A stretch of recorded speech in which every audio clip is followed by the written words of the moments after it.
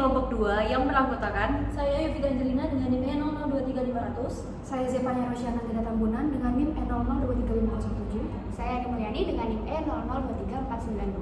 saya Ijam Arsyada dengan NIM E0023493. Saya Rani Gracia Triven Najib Mau dengan NIM E0023518. Ingin mempresentasikan dengan tema desain tata letak sirkuit terpadu. Nah, pertama kita kenalin dulu apa itu definisi dari DTLST. Berdasarkan pasal 1 ayat 1 Undang-Undang Nomor 32 Tahun 2000, sirkuit terpadu adalah produk dalam bentuk jadi atau setengah jadi yang di dalamnya terdapat berbagai elemen. Sekurang-kurangnya satu elemen aktif yang saling berkaitan dan dibentuk secara terpadu di dalam semikonduktor untuk menghasilkan fungsi elektronik. Lalu kita cari tahu juga nih, apa sih arti dari desain tata letak? Nah, berdasarkan pasal 1 ayat 2 Undang-Undang Nomor 32 Tahun 2000, desain tata letak adalah kreasi berupa rancangan peletakan 3 dimensi dari berbagai elemen sirkuit terpadu. Sekurang-kurangnya satu elemen aktif serta sebagian atau semua interkoneksi dalam sirkuit terpadu yang dimaksudkan untuk persiapan pembuatan sirkuit terpadu. Nah, kita juga harus tahu mengenai orisinalitasnya. Syarat orisinalitasnya berdasarkan pasal 2 ayat 2 Undang-Undang Nomor 32 Tahun 2000, di situ dinyatakan bahwa orisinalnya itu jika yang pertama itu merupakan hasil karya mandiri dari pendesain, dan yang kedua pada saat dibuat tidak merupakan sesuatu yang umum bagi para pendesain. Jadi orisinalitas baru diuji di depan hakim jika terjadi sengketa, bukan saat pendaftaran. Nah, yang terakhir di sini kita akan membahas mengenai hal-hal yang tidak dilindungi. Pengecualian perlindungan diatur dalam pasal 3 Undang-Undang Nomor 32 Tahun 2000.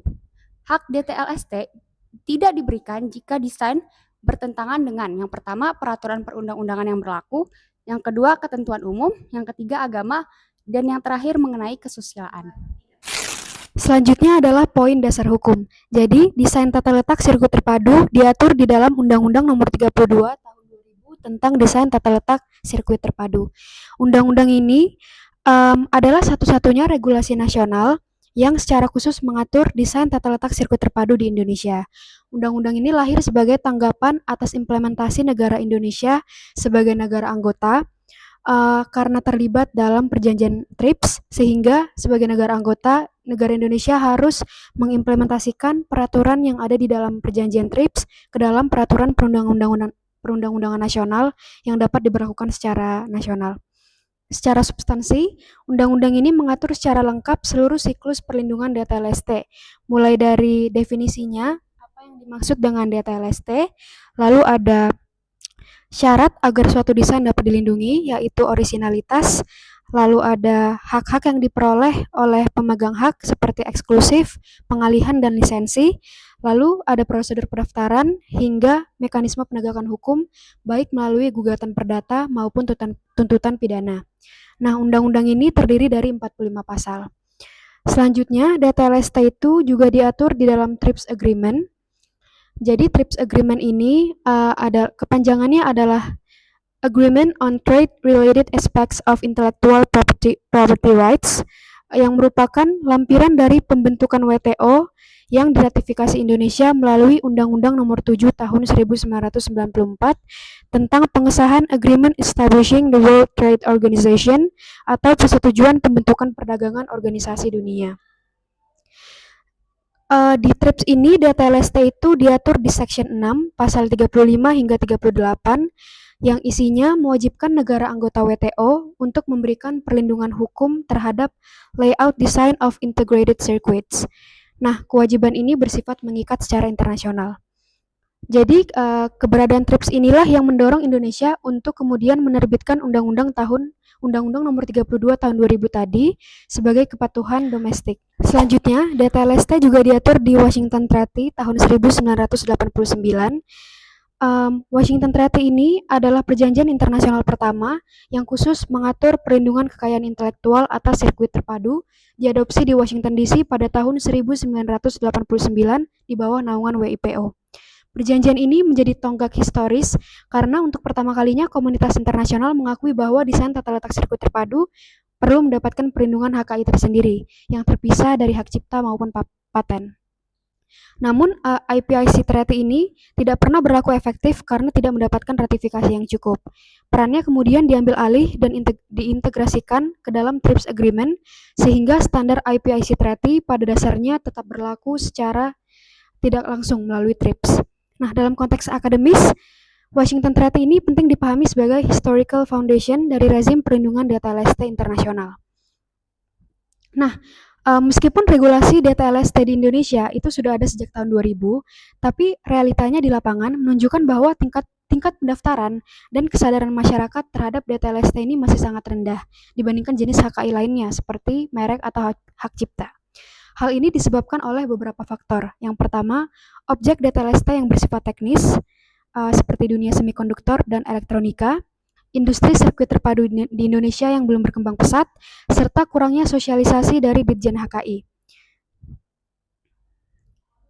Kondisi ini menjadi ironi karena Indonesia sebagai anggota WTO memiliki kewajiban internasional untuk menegakkan perlindungan ini, namun pemanfaatan instrumen hukumnya masih minim.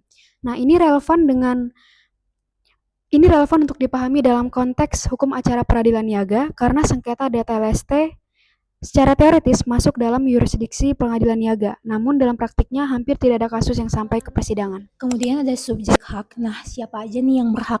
Yang pertama itu ada pendesain tunggal, orang yang secara mandiri menciptakan DTLST yang berhak mendaftarkan dan memegang hak eksklusif. Lalu kemudian ada pendesain bersama. Jika dibuat bersama, hak ini dimiliki bersama kecuali diperjanjikan lain di dalam pasal 5 ayat 2. Nah, lalu kemudian ada hubungan dinas instansi, pemesanan atau pemberi kerja menjadi pemegang hak kecuali diperjanjikan lain sesuai dengan pasal 6. Lalu kemudian ada penerima hak atau bukan pendesain. Nah, penerima hak ini dapat memegang hak melalui pengalihan, pewarisan, wasiat, perjanjian tertulis atau sebab lain yang dibenarkan dalam Undang-Undang Pasal 7. Nah, terus isi hak eksklusif ini ada apa aja? Yang pertama itu ada hak membuat, hak untuk memproduksi atau memproduksi seluruh atau sebagian desain. Lalu ada hak memakai, hak untuk menggunakan desain dalam komersial.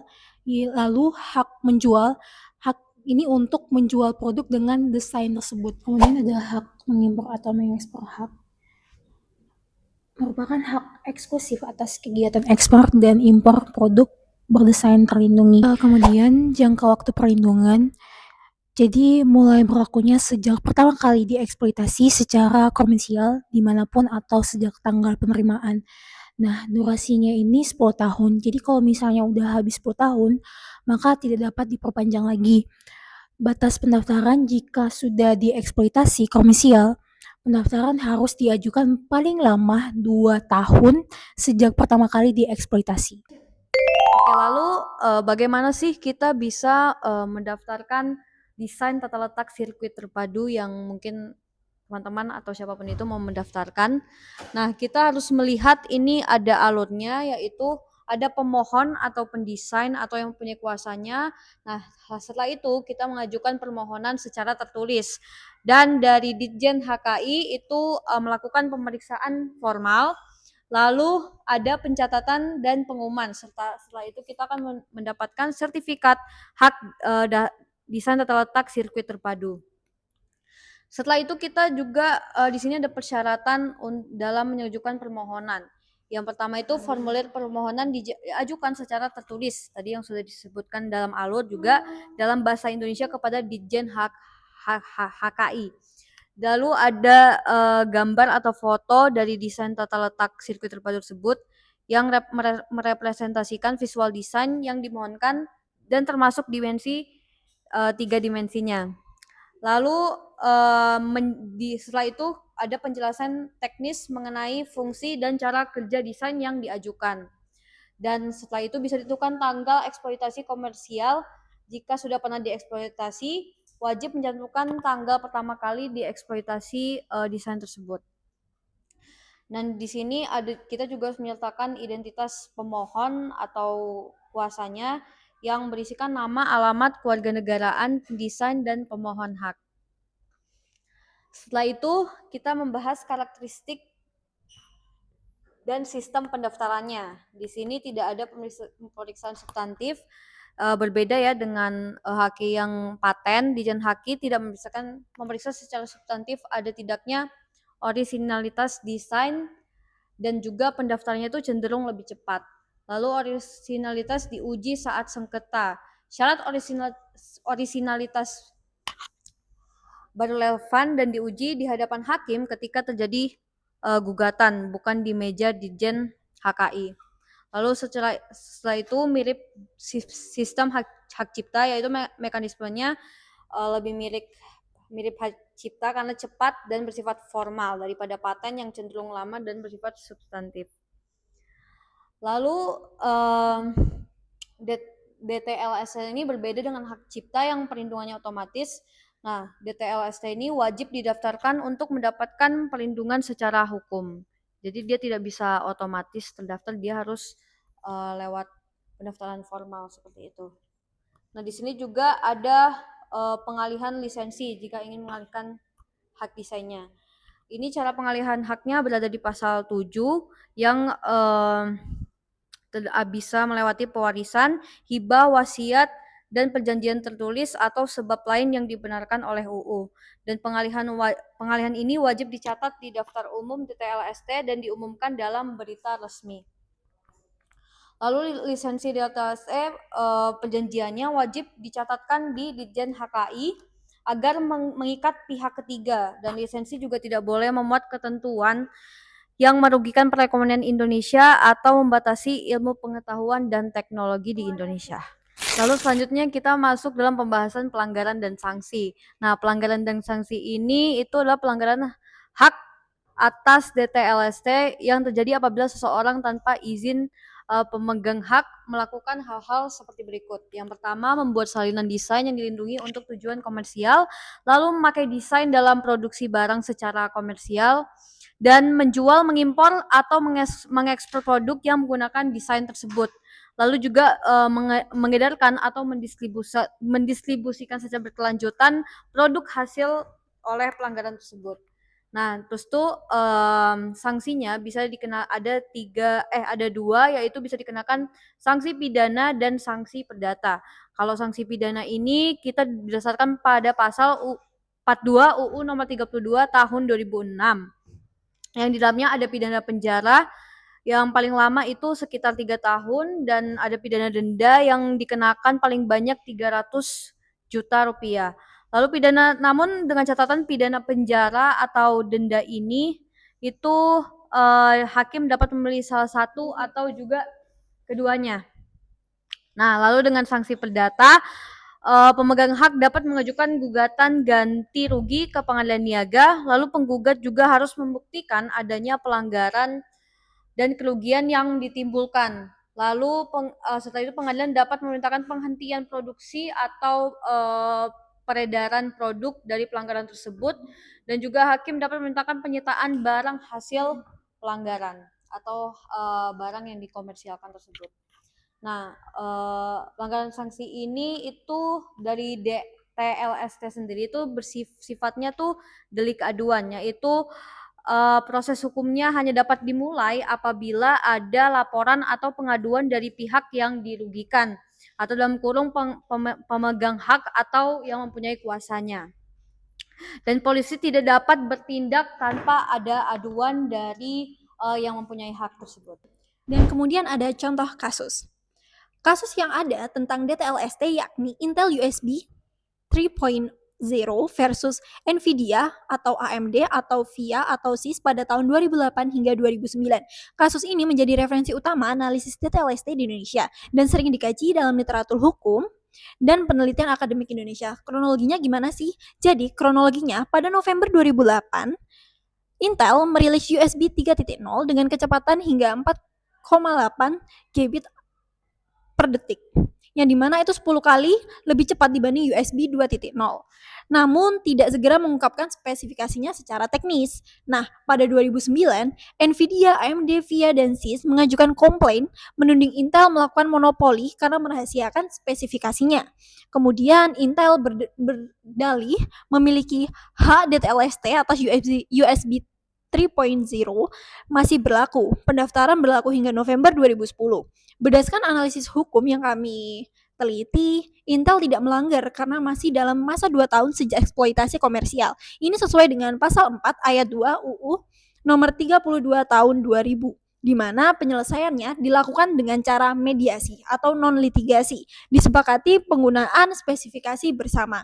Selanjutnya ada pemalsuan chip AMD, Duron, Atlo, dan Intel di Filipina. Kasus ini beredar chip palsu bermerek AMD, Duron, Alton, dan Intel di Filipina, menggambarkan pentingnya regulasi DTLST di kawasan Asia Tenggara. Kasus ini menjadi salah satu latar belakang mengapa negara-negara ASEAN perlu memiliki regulasi DTLST yang kuat. Indonesia menjadikan kondisi ini justifikasi perlunya UU nomor 32 tahun 2000 dan terakhir adanya minimnya sengketa DTLST di Indonesia.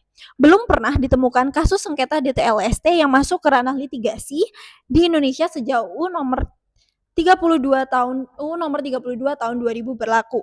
Jadi penyebabnya tuh apa aja sih? Yang pertama, jumlah pendaftaran DTLST di Indonesia sangat sedikit dibandingkan merek ataupun hak cipta, dan pembuktiannya sangat sulit.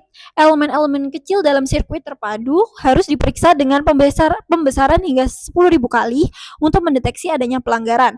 Kemudian belum ada teknis pemeriksaan dan peraturan turunan yang jelas untuk DTLST. Selanjutnya ada rendahnya kesadaran dan pemahaman pelaku usaha teknologi tentang perlindungan DTLST. Indonesia mengatur DTLST sebagai penemuan kewajiban TRIPS atau WTO daripada dorongan kebutuhan industri dalam negeri. Itu merupakan kasus-kasus mengenai DTLST yang ada di Indonesia maupun yang ada di Asia dan juga di dunia. Selanjutnya adalah sengketa dan juga penyelesaian. Sengketa dan penyelesaian dibagi atas dua, yaitu ada litigasi dan juga non-litigasi atau APS. Kita masuk ke litigasi. Litigasi, pengadilan niaga. Pengadilan niaga merupakan forum utama gugatan DTLST. Pengadilan khusus di bawah pengadilan negeri berwenang menangani perkara komersial termasuk HKI. Kedua ada domisili tergugat. Gugatan diajukan ke PN Niaga wilayah tempat tinggal atau domisili tergugat. Apabila tergugat berada di luar negeri, maka PN Jakarta Pusat yang akan menangani perkara tersebut. Yang ketiga adalah putusan pembatalan, di mana wajib disampaikan kepada Ditjen HKI paling lama 14 hari setelah putusan diucapkan untuk dicatat dan juga diumumkan. Yang terakhir adalah kasasi ke Mahkamah Agung, di mana apabila ada pihak yang tidak puas dengan hasil, maka dapat langsung mengajukan kasasi ke Mahkamah Agung Republik Indonesia. Yang kedua adalah non-litigasi. Non-litigasi dibagi atas 4. Yang pertama adalah negosiasi. Negosiasi merupakan cara paling lazim di Indonesia, di mana para pihak akan berunding secara langsung tanpa adanya pihak ketiga untuk mencari kompromi, dan ini akan diselesaikan dalam kurun waktu 14 hari.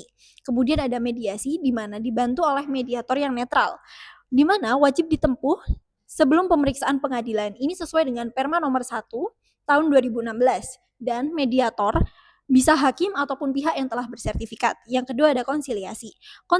Konsiliasi itu mirip dengan mediasi, namun bersifat lebih formal, melibatkan komisi konsiliasi yang mendengar keterangan lisan oleh para pihak. Yang terakhir adalah arbitrase. Berdasarkan UU nomor 30 tahun 1999, keputusan akan bersifat final dan juga mengikat, digunakan jika ada klausul arbitrase dalam perjanjian. Nah, sekarang kita akan membahas mengapa non-litigasi lebih populer dibanding litigasi. Yang pertama adalah kerahasiaan bisnis. Litigasi bersifat terbuka untuk umum, dia memiliki prinsip transparansi, yang dimana perusahaan teknologi cenderung memilih APS agar rahasia itu sendiri tetap terjaga. Yang kedua ada biaya yang lebih rendah. Of course, non-litigasi memiliki biaya yang lebih rendah dibandingkan litigasi. Dan juga yang terakhir adalah kecepatan dan juga efisiensi. Proses APS lebih cepat dari litigasi yang sifatnya lebih lama, karena negosiasi dapat selesai dalam 14 dan 30 hari.